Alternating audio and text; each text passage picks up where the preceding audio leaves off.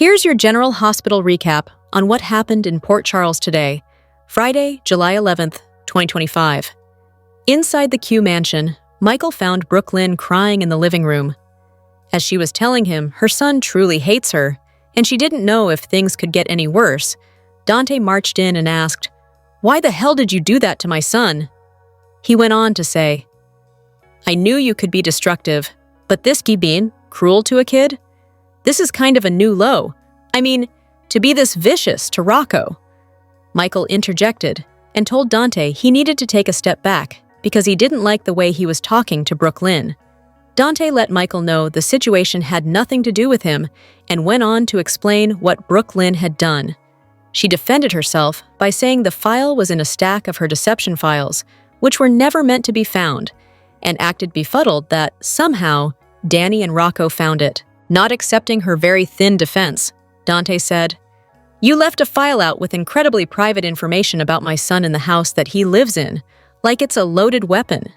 When she claimed that wasn't what she did, he said he felt it was as if she wanted Rocco to find it, and maybe even planned for him to find it. Admitting he didn't know exactly what she did, he knew she did it to hurt Lulu, and it needed to stop. He wanted her to stop blaming Lulu for what Gio might feel about her giving him up for adoption. When he said how Gio felt was all on her, Michael intervened again and told Dante that was enough. When Michael told him he had no idea what it cost Brooklyn to give up her baby, and he had no right to judge her, Dante acknowledged he was not in Brooklyn's shoes and had no idea what she went through.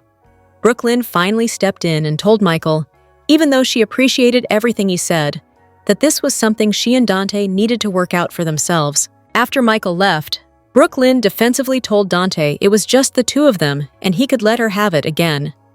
Dante calmly said he was out of line for what he just said about giving up Gio, but he felt like she was out of line too. He understood she despised Lulu, but he couldn't understand her involving his son, who was now questioning everything he knew. She again swore it was never her intention to hurt Rocco, but said it didn't matter because they were at the same end result. She wanted to hurt Lulu, and Rocco got caught in the crossfire. She said she truly regretted it and considered it to be possibly the worst thing she'd ever done. Dante accepted her apology, but said, unfortunately, it doesn't fix the way Rocco or Gio were feeling right now. Brooklyn thought Gio was now seeing her as the lowest of the low, but the silver lining may be that he would be more open to Dante now.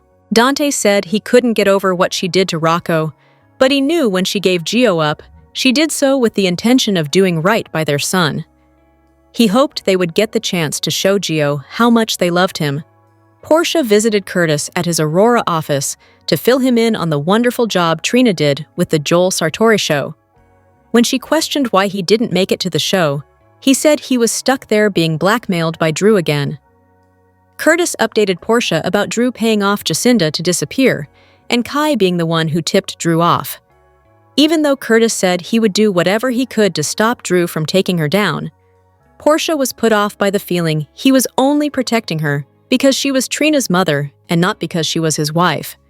Curtis confirmed he felt it was Portia's fault, and he was protecting her more to protect Trina and himself, and to feel he did everything he could to honor their vows. Angered, Portia said she was sorry she wasn't worthy of his honorable intentions, like she was sure Jordan was. She told him not to wait up and left. Curtis asked Michael to his office so he could warn him about the article, which was about to drop on all Aurora media platforms.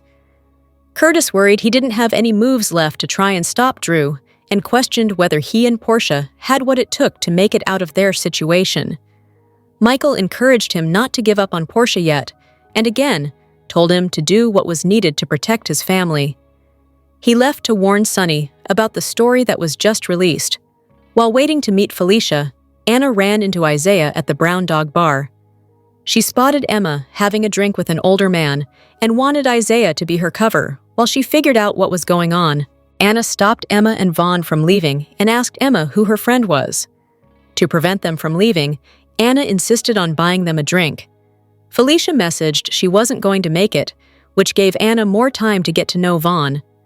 When she asked his name, he said, Vaughn, and she said hers was police commissioner. After a couple of more questions, he excused himself to go to the restroom.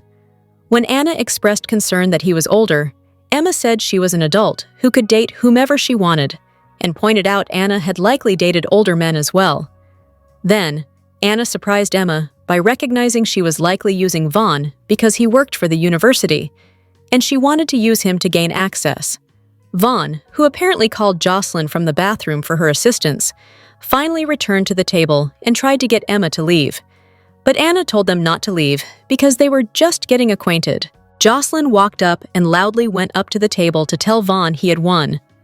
As Emma and Joss were taking swipes at each other, Anna intervened and told them not to slip into stereotypical female behavior right here in the Brown Dog. Joss agreed with Anna and pulled Vaughn to the side to loudly give him an ultimatum to choose between her and Emma. He told Emma he was really sorry, but even if Joss was a little crazy, he was into it and wanted to be with her. As Vaughn and Joss walked off, Anna looked skeptical, sensing things were not as they appeared. Joss and Vaughn doubted if their ruse with Emma worked very well. Vaughn said Anna was sharp and was on to him. Anna and Emma looked on as Joss and Vaughn began to kiss. Anna remarked that they were a bit intense, and Emma said Joss never missed a chance to embarrass herself. Anna said she didn't know if Emma actually liked Vaughn, but felt bad for her nonetheless. Emma agreed with her when she said it was probably for the best that it didn't work out with Vaughn, and then looked down at the master key to PCU that she was holding. After leaving her argument with Curtis, Portia arrived at the Brown Dog and asked Isaiah if she could sit with him. She told him she ran into Jordan, who was trying to steal her husband and lying about her intentions. Portia did feel Jordan was right that, if her marriage ends, she would have no one to blame but herself, though. Isaiah suggested that if Curtis couldn't see what a fabulous doctor and wonderful woman she was, then maybe Curtis was the problem. He encouraged her to start playing her own game and not Jordan's. Portia was happy for the support and bought him a drink. Kai came to see Trina at the gallery after the show. She was riding high after the Joel Sartori show, but Kai soon dampened her spirits by admitting he told Drew about Curtis's and Portia's plan. Stunned, Trina asked how he could do such a thing, but Kai replied how could he not? Trina grew more exasperated as Kai vehemently pleaded his case and defended Drew. She finally stopped him in his tracks when she told him she appreciated his sense of loyalty, but wished it was extended to her. She reminded him that she had told him about Drew working against her parents, but it didn't seem to matter because his loyalty appeared to begin and end with Drew. When he disagreed, she explained that's what it looked and felt like, but he wasn't considering the trust they were supposed to be building together. Kai seemed surprised that Trina couldn't trust him anymore. She questioned how she was supposed to trust him when he went back on his agreement to stay out of the situation and asked, "So tell me, did you even hesitate when you betrayed my family and me?" Kai argued that saying something to Drew was a difficult decision he wrestled with. He said he cared for her and her family, but she felt he cared about Drew more. He said he couldn't stand by and let something happen when he knew it was wrong. Taking no bull, Trina said he knew the situation was complicated, and he didn't have enough information to determine what was really wrong. Digging his hole further, he said he knew what he heard and couldn't sit back and watch someone be destroyed by something they didn't do. Kai asked if she would really want to be him if he was the kind of person who would be okay with that, but Trina told him she wasn't sure she wanted to be with him at all. Kai argued all he did was tell the truth, but Trina told him, "You made a choice, Kai, and you chose Drew." She told him she would always choose her family, no matter what, and he would never be family to her. Kai said he loved Trina, but she told him to get out. Lulu asked Laura over to her house for help with the Rocco-Britt Westbourne situation. She explained what Brooke Lynn did that led to Rocco finding out about Britt. Lulu was worried Rocco was still confused, had more questions, and was overwhelmed.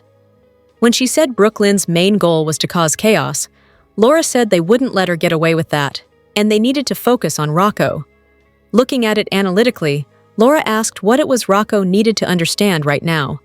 Lulu felt he first needed to understand she was his mom, and, biologically, hers and Dante's, even if Britt is the one who gave birth to him. She said they were the only parents he's ever known. To which Laura added, "More importantly, you're the only parents he's ever loved."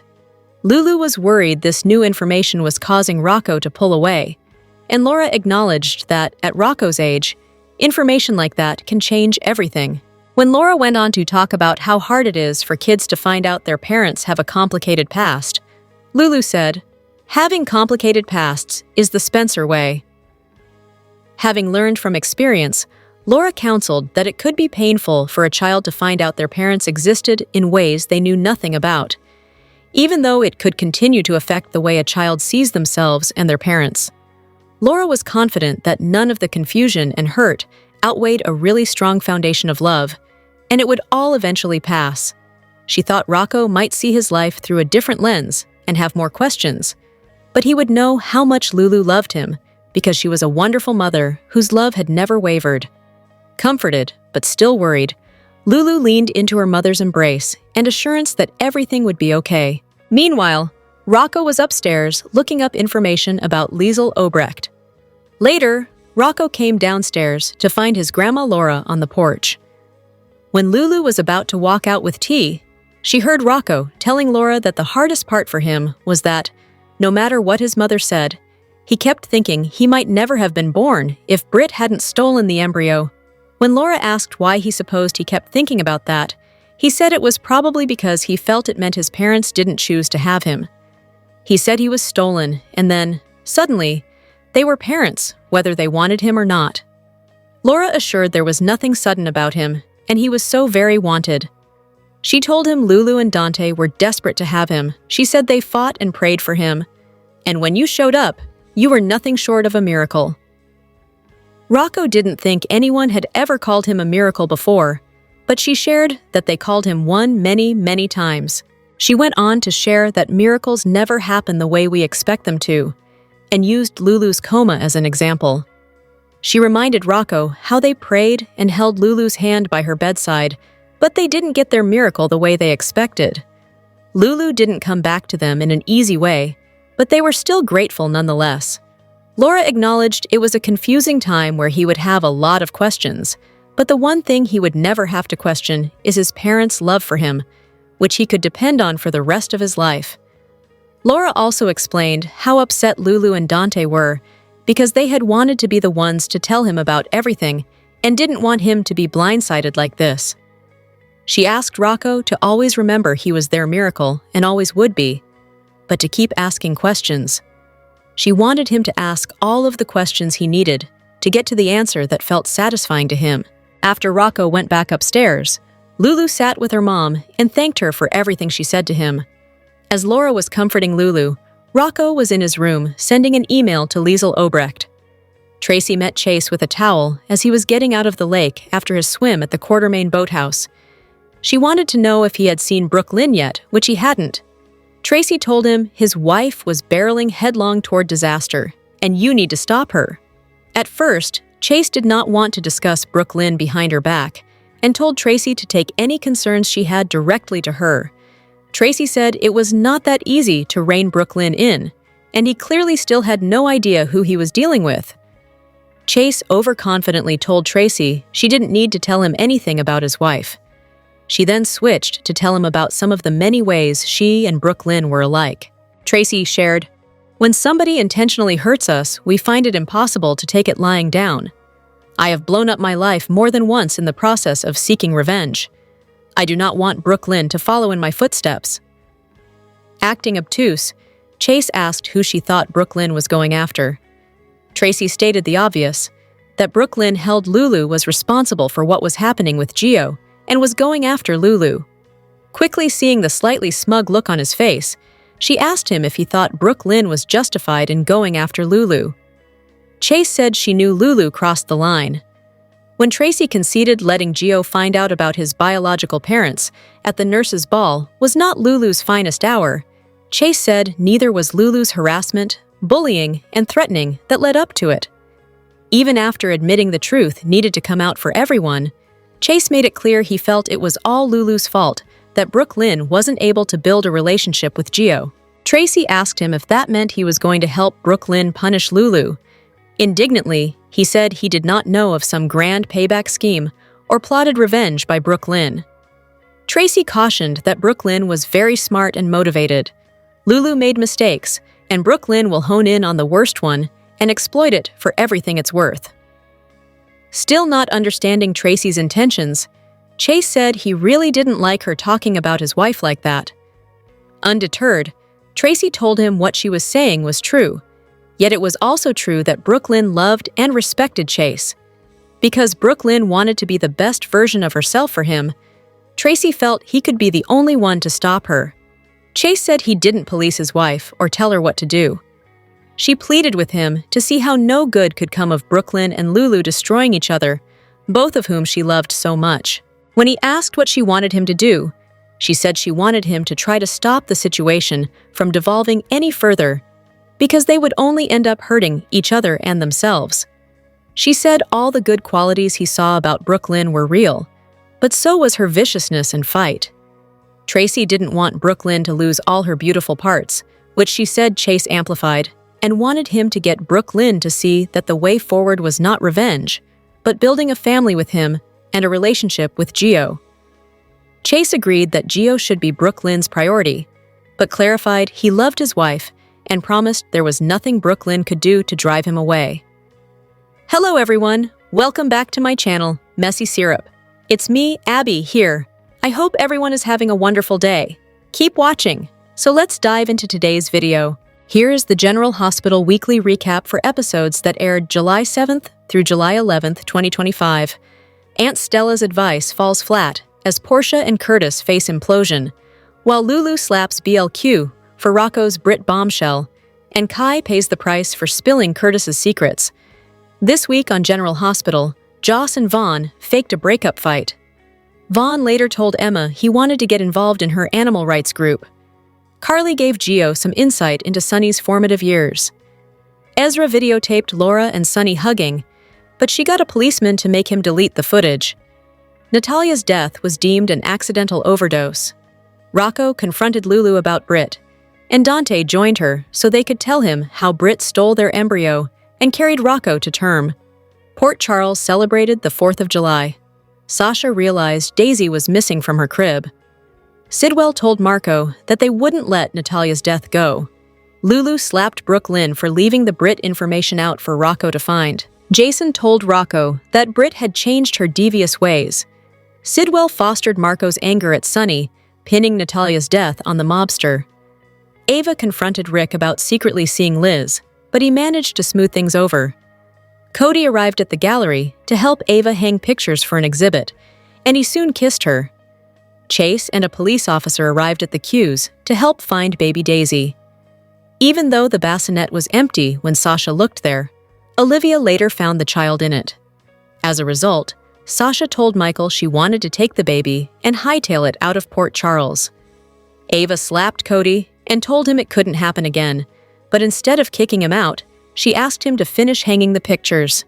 Willow flashed back, revealing she was the one who took Daisy so Michael and Sasha would feel her pain. Jordan told Curtis that she would stay out of his life. Liz told Rick that they were just friends. Lucas asked Carly to beg Sunny not to hurt Marco. Sunny told Jason that they needed to send a message to Sidwell. Felicia told Curtis that although Jacinda was found, she disappeared, and Curtis suspected Drew was behind that. Carly tried convincing Sunny not to escalate the violence with Sidwell. Laura warned Martin not to go to war with Tracy. Aunt Stella gave Portia marital advice. Jason helped Michael and Sasha create her exit strategy. Kai admitted to Curtis that he told Drew about his plan for Jacinda.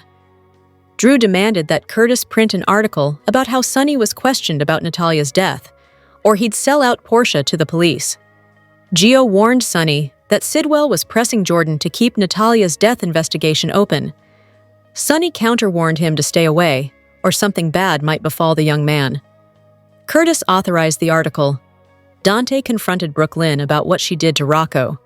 Curtis told Portia about Drew's latest blackmail. Kai admitted to Trina that he told Drew what Curtis was planning. Curtis and Portia had a big fight. Laura reassured Rocco that Lulu and Dante desperately wanted him and considered him a miracle. Tracy begged Chase to broker a peace between Lulu and BLQ. Jocelyn showed up at the bar where Emma, Anna, and Vaughn were, and he admitted that he would rather be with Joss. Trina tore Kai a new one and told him to leave, even after he admitted he loved her. Rocco was typing a letter to Obrecht, in which he introduced himself as her former grandson. General Hospital spoilers hint that Sasha Gilmore Corbin may suspect Willow Tate after a strange encounter. Will Willow's Daisy Gilmore reaction raise red flags? Viewers know that Sasha has reached a difficult decision about her future with Daisy. Since someone's been getting way too close to the baby and playing tricks on Sasha's mind, she's decided to leave Port Charles. Michael Corinthos doesn't like the idea of being separated from Daisy, but he trusts Sasha's judgment and has made arrangements for Jason Morgan to accompany them out of town. However, Sasha and Daisy haven't gone yet. That means there's potentially still hope for Daisy and Sasha to stick around. It could happen if Willow gets busted as the baby stalker before Sasha can leave with Daisy. The week of July 14th to 18 will bring Sasha and Michael's run-in with Willow at GH, so that could set the stage for some weird clues. Sasha may want Daisy to have one final checkup before they head into hiding, so she'll visit the hospital with Michael. Willow will pop up while Sasha's there holding Daisy as Michael stands beside her. Of course, Willow's probably going to have questions about what's wrong with Daisy and what's brought them to GH. Michael may not go into the details of why Sasha's leaving during this conversation, but he could potentially admit she's decided to exit PC with Daisy. Since Willow is going to face some difficult news that may involve Sasha's departure updates, Willow may realize she can't carry out her twisted plan if Sasha is no longer around to gaslight and Daisy isn't around to serve as a pawn. There could be trouble if Willow tips Sasha and Michael off to what she's done. Willow might mention something she couldn't possibly know about all the Daisy drama unless she was there at the house. It could leave Sasha wondering if she's the culprit. Regardless, Willow isn't great about keeping her emotions under control these days. It's easy to imagine Willow getting all agitated and blurting out that Sasha can't leave with Daisy, so that could bring alarm bells. General Hospital spoilers and updates tease that Carly Spencer might be the next target of an attack in a family quest for vengeance. Is Jen Sidwell planning to go after Sonny Corinthos' ex-wife due to the events involving Natalia Ramirez? Sonny possesses his an eye for an eye mindset, which suggests that Sidwell might adopt a similar stance on revenge. Unlike the PCPD, Sidwell is determined not to let this go, and Marco Rios is prepared to make Sonny accountable for his mother's tragic outcome as well. Naturally, Marco appears to be a decent person at heart, so it's unlikely he would support Sidwell in inflicting harm on Carly. This is particularly relevant since Carly is the cherished sister of Lucas Jones. Nevertheless, the entire situation with Natalia is evidently driving Marco towards darker choices. Although Marco isn't a villain like Sidwell, he might find himself caught up in some drama that could ultimately ruin his relationship with Lucas. Regardless, Sidwell holds Sonny responsible for losing his ex-wife and the mother of his child. It's possible that Sidwell will think Sonny should experience that same loss and target Carly as a consequence. Of course, that's the kind of action that could lead to serious repercussions. It's already troubling that Charlie's pub was set ablaze with Christina Corinthos Davis inside, but at least Sidwell didn't intend for Christina to be trapped in the fire. Currently, Sidwell might be scheming to hurt Carly, which could further provoke Sonny, but Sidwell will be treading on some very dangerous ground. Sonny has been expressing his desire to confront Marco, but Carly is urging him not to intensify the situation, even reminding him they could lose more children to death. However, if Carly finds herself targeted by Sidwell, Sonny could retaliate fiercely, not to mention Jason Morgan. Fans of GH understand that this would be a grave error that Sonny would not overlook. While Carly is likely to endure whatever Sidwell plans against her, Sidwell may not fare as well if he pushes Sonny beyond his limits. Not to mention Sidwell would be really stupid to attack Carly, considering who she's currently dating. Sidwell risks sealing his own doom, especially since Sonny isn't the only one who will be enraged. Jack Brennan has already issued a warning to Sidwell regarding Carly and has thrown in some threats. If Sidwell provokes Brennan beyond his limits, it could lead to serious consequences, making it a monumental mistake to target Carly. General Hospital spoilers and updates tease Willow Tate is fully embracing her dark side and causing trouble for others. Will Drew Kane get involved in her wicked schemes? We will discuss the extent of Willow's actions and whether Drew tries to stop her or becomes part of the chaos. Willow was at the top of the suspect list for taking baby Daisy Gilmore. Then it was revealed that our main suspect is indeed the one responsible. Sasha Gilmore Corbin is being manipulated and tormented by vengeful Willow. She has messed with Sasha's mind so much about baby Daisy that now Sasha wants to leave Port Charles. If you recall from our latest leaks, we reported from a source that Sophia Matson is leaving GH soon, and Sasha is departing Port Chuck with the baby. This week, we saw Willow expressing her desire for revenge against Sasha and Michael Corinthos' alleged betrayal. It is now clear that Willow has been the one troubling Sasha by moving baby Daisy, changing her outfits, and tampering with the mobile. Willow took Daisy from her crib upstairs, left with Daisy, and then snuck in and put her in the downstairs bassinet to drive Sasha insane and make her appear paranoid and irrational. So, for those wondering, is Willow also responsible for swapping Daisy with another baby at the GH nursery right after her birth? Yes, she is. Caitlin McMullen confirmed this in a recent interview, and if you remember, Willow was at the hospital when it occurred. She checked in shortly after Sasha arrived at GH. Clearly, at that moment, Willow's mind was breaking down due to the custody ruling. The other tricks she played with Daisy at the Quartermain mansion were trickier since she had to sneak out of her and Drew's home and then onto the Q grounds.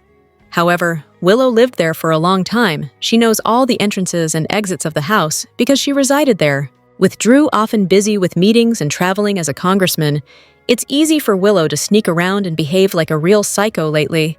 Yet, she is also the most obvious suspect when it comes to tormenting Sasha and Michael, if you think about it. While Willow was with Michael, she appeared to be a sweet, kind, and level-headed individual. This has been the case for a few years now. Carly Spencer believed it, Michael believed it, and so did all the Quartermains. However, we all know that Willow has a lot of craziness within her. This isn't just due to her family's troubled gene pool, but also because she grew up in Shiloh Archer's dawn of day, with a completely unstable adoptive mother.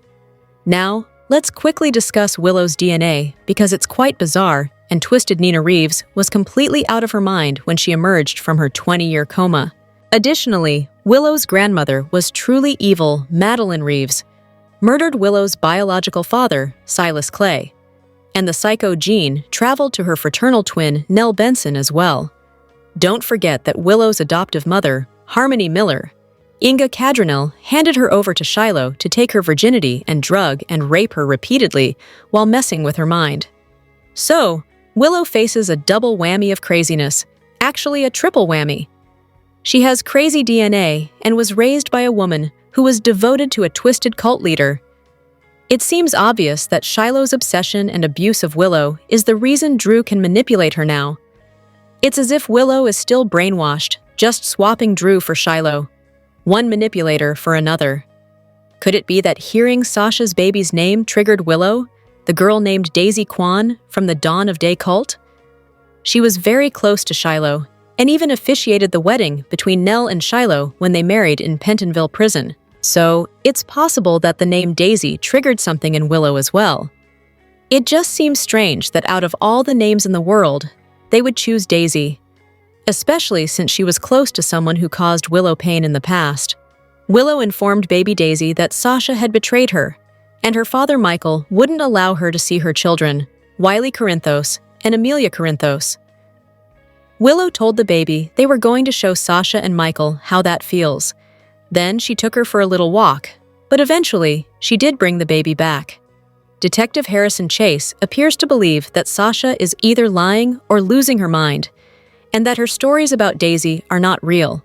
I must point out that Sasha has a past of engaging in questionable behavior and losing her grip on reality. This could benefit Willow in the custody battle if Sasha appears unstable while living with Wiley and Amelia. When Drew realizes what Willow is up to, will he attempt to intervene? Will he reason with her or take a more drastic action? At first, Drew will be taken aback since this behavior is unusual for Willow. Nevertheless, he might think that making Sasha appear unstable could benefit their case in court. Drew could even participate in these antics with Willow, possibly offering her tips on how to further harm Sasha and Michael. After all, Drew has a wild look in his eyes. He's just as unhinged as Willow. Even if Drew asks her to stop, regardless of whether she listens or not, he definitely wouldn't reveal that Willow is the one behind this. At the very least, Drew will grasp why she's acting this way and protect Willow, because if the truth comes out, it could complicate their situation in court and his congressional position. After the 52nd annual Daytime Emmy nominations were announced on July 9th and 10th, there were actors who didn't land nominations who should have. While General Hospital did garner 8 acting nods with Taj Bello, Nancy Lee Grahn, Gregory Harrison, Jonathan Jackson, Kate Mansi, Allie Mills, Avery Kristen Pohl, Laura Wright, and Dominic Zamprogna. These other 4 actors also had performances throughout 2024 that should receive a nomination. In some cases below, like Josh Swickard, who plays Chase, the reason could be that 3 people from the show had already been nominated in the supporting actor category. One of the most notable oversights in the newly introduced emerging talent in a daytime drama series category at the 2025 Daytime Emmys is Asher Antonizin, who delivered 2 emotionally charged storylines as Danny on GH in 2024. In March, Danny's world shifted when he discovered that his father, Jason, was alive after years of being presumed dead.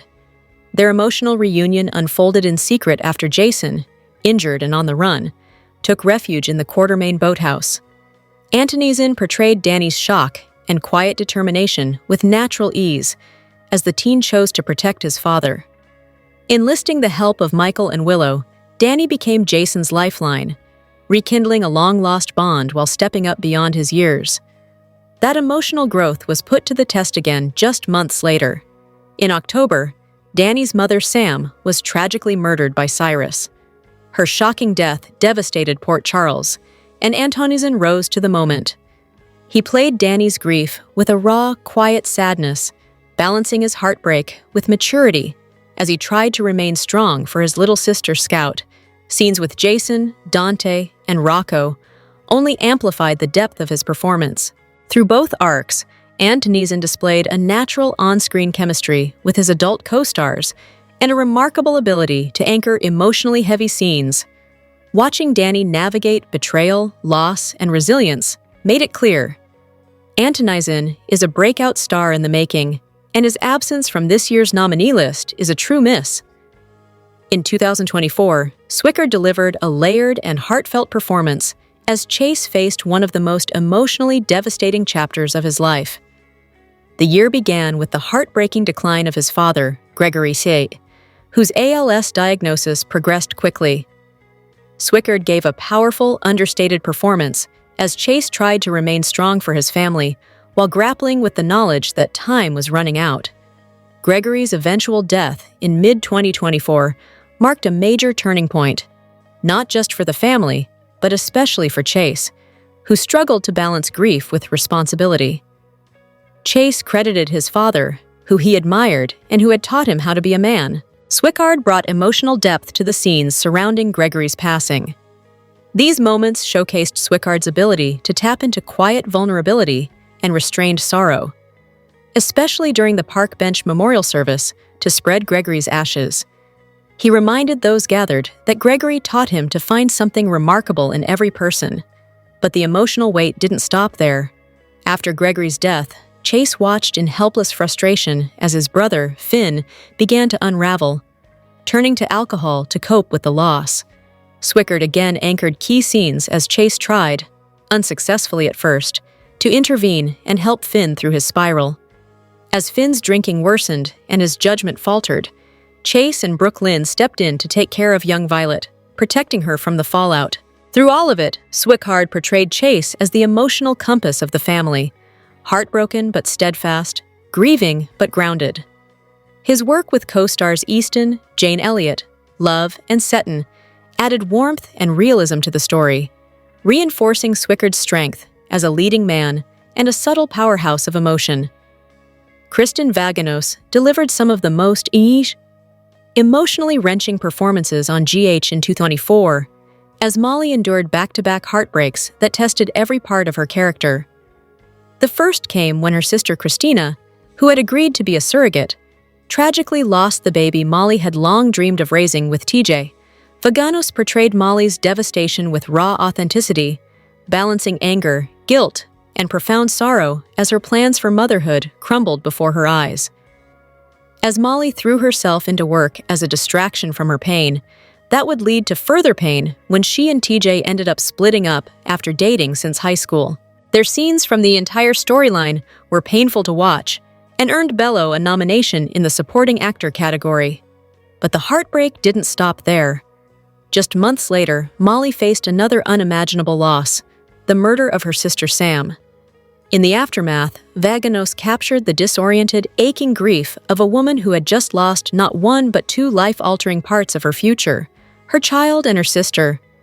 Her scenes with Alexis and Christina in the days after Sam's passing were especially powerful, as Molly tried to hold her family together while emotionally falling apart herself. Throughout these storylines, Vaganos brought emotional nuance and quiet strength to every scene. Whether in private moments of a breakdown or public attempts to stay composed, she grounded Molly's pain in realism. Her layered performance earned praise from fans and critics alike, solidifying her as one of the breakout stars of 2024. So a nomination in the Emerging Talent in a Daytime Drama Series category, at the very least, but she definitely could have been nominated in the Supporting Actress category. In 2024, West delivered one of her most compelling performances yet on GH, as Ava found herself falsely accused of a violent crime she didn't commit. When Christina fell from a second-story window during a heated confrontation at the Metro Court, Ava instantly was accused of pushing her. Already a town pariah due to her long history of scheming and betrayal, Ava faced renewed judgment, even though this time she was completely innocent. West's portrayal throughout the arc was nothing short of masterful. She navigated Ava's outrage, fear, and heartbreak with precision, particularly in scenes where Ava was interrogated by Dante, vilified by Sunny, and left isolated by nearly everyone. The weight of her past sins made her pleas of innocence fall on deaf ears, and West captured that quiet devastation beautifully. What made this storyline a standout wasn't just the legal tension, but the emotional toll it took on Ava, who had genuinely been trying to turn her life around. West balanced vulnerability and strength, showing Ava's pain in being unjustly accused while still flashing that fierce survival instinct that has kept her afloat in Port Charles for years. Like Vaganos, all of the other actors in the storyline were nominated, so her lack of a well-earned one feels like a snub. The Daytime Emmys will take place in Los Angeles on Friday, October 17th. General Hospital spoilers seem to suggest that the writers of the show might have made this huge mistake when it comes to Michael Corinthos. That's because he spent the majority of this past year at a burn facility in Germany, yet it looks like he's completely healed in such a short matter of time. How is this even possible? This has prompted a lot of fans to wonder if the General Hospital writing team is even paying attention to any of the smaller details of the show, and how it's nearly impossible for Michael to look the way he does, even though he almost lost his life. It goes without saying that the internet certainly did have a lot to say about the matter. Some have even commented with, "Michael spent months in a burn unit, but does not have scars. Joss had a kidney transplant, but no scars. Michael almost got blown up a year ago and has 0 scars. But to be fair, Michael has a whole new face, but thanks to a revolutionary method, no one can see the change, not even the patient." Another fan of the show wrote, "Also remember, Michael didn't even finish his treatment, he left early, so he should still have scars, at least a few, I would think." And then there was this comment as well. Not to mention Michael is in the sun, shirtless and swimming, after having third-degree burns over the majority of his body a mere 6 months ago. Michael is in the sun, shirtless and swimming, after having third-degree burns over the majority of his body a mere 6 months ago. Of course, GH fans will simply have to tune in each and every day to find out what will happen next. General Hospital airs weekdays on the ABC network. Check your local listings for times. In the meantime, let us know what you think by leaving us a line with your thoughts in our comments section below. Nancy Lee Grahn, who plays Alexis Davis on General Hospital, has been nominated for a Daytime Emmy Award. When she saw the news, she shared her feelings with fans. Read on for the ABC star's reaction and those of her loyal followers. When the news arrived, Nancy took to her Instagram and shared a screenshot of the poster. It was in the caption that she revealed her reaction, and it might not be what you expected. The real-life Alexis Davis didn't shout her acting prowess from the rooftops, although she could have. In her caption, she wrote, "Many fans seemed more excited than Nancy Lee Grahn, as many of them believe she's such an authentic actress. They know she won an award for her role as Julia Wainwright on Santa Barbara. Plus, she earned an Emmy for Outstanding Supporting Actress in a drama series on GH in 2012. So, hopes are high that she will win another one." One GH fan wrote in the comment section, "Wow, I had no idea that many pages of dialogue. Congrats, you deserve it." Here are a few more reactions from her impressed fans. Nancy Lee Grahn has played the role of Alexis Davis for nearly 29 years. In fact, she celebrated 25 years in 2001. Alexis is Mikos Cassadin's illegitimate child, born from his affair with a woman later murdered by Helena Cassadin. Her tragic backstory managed to fuel decades of drama. Grahn masterfully developed the character into a resilient attorney and caring mother of 3. Somehow, she balanced her professional success with personal battles, including substance abuse and many complex relationships. Drop your thoughts in the comments section below. Do you agree or disagree? Don't forget to like, subscribe, and hit the notification bell for more updates. Your opinions matter, and I will see you in the next video. Thank you!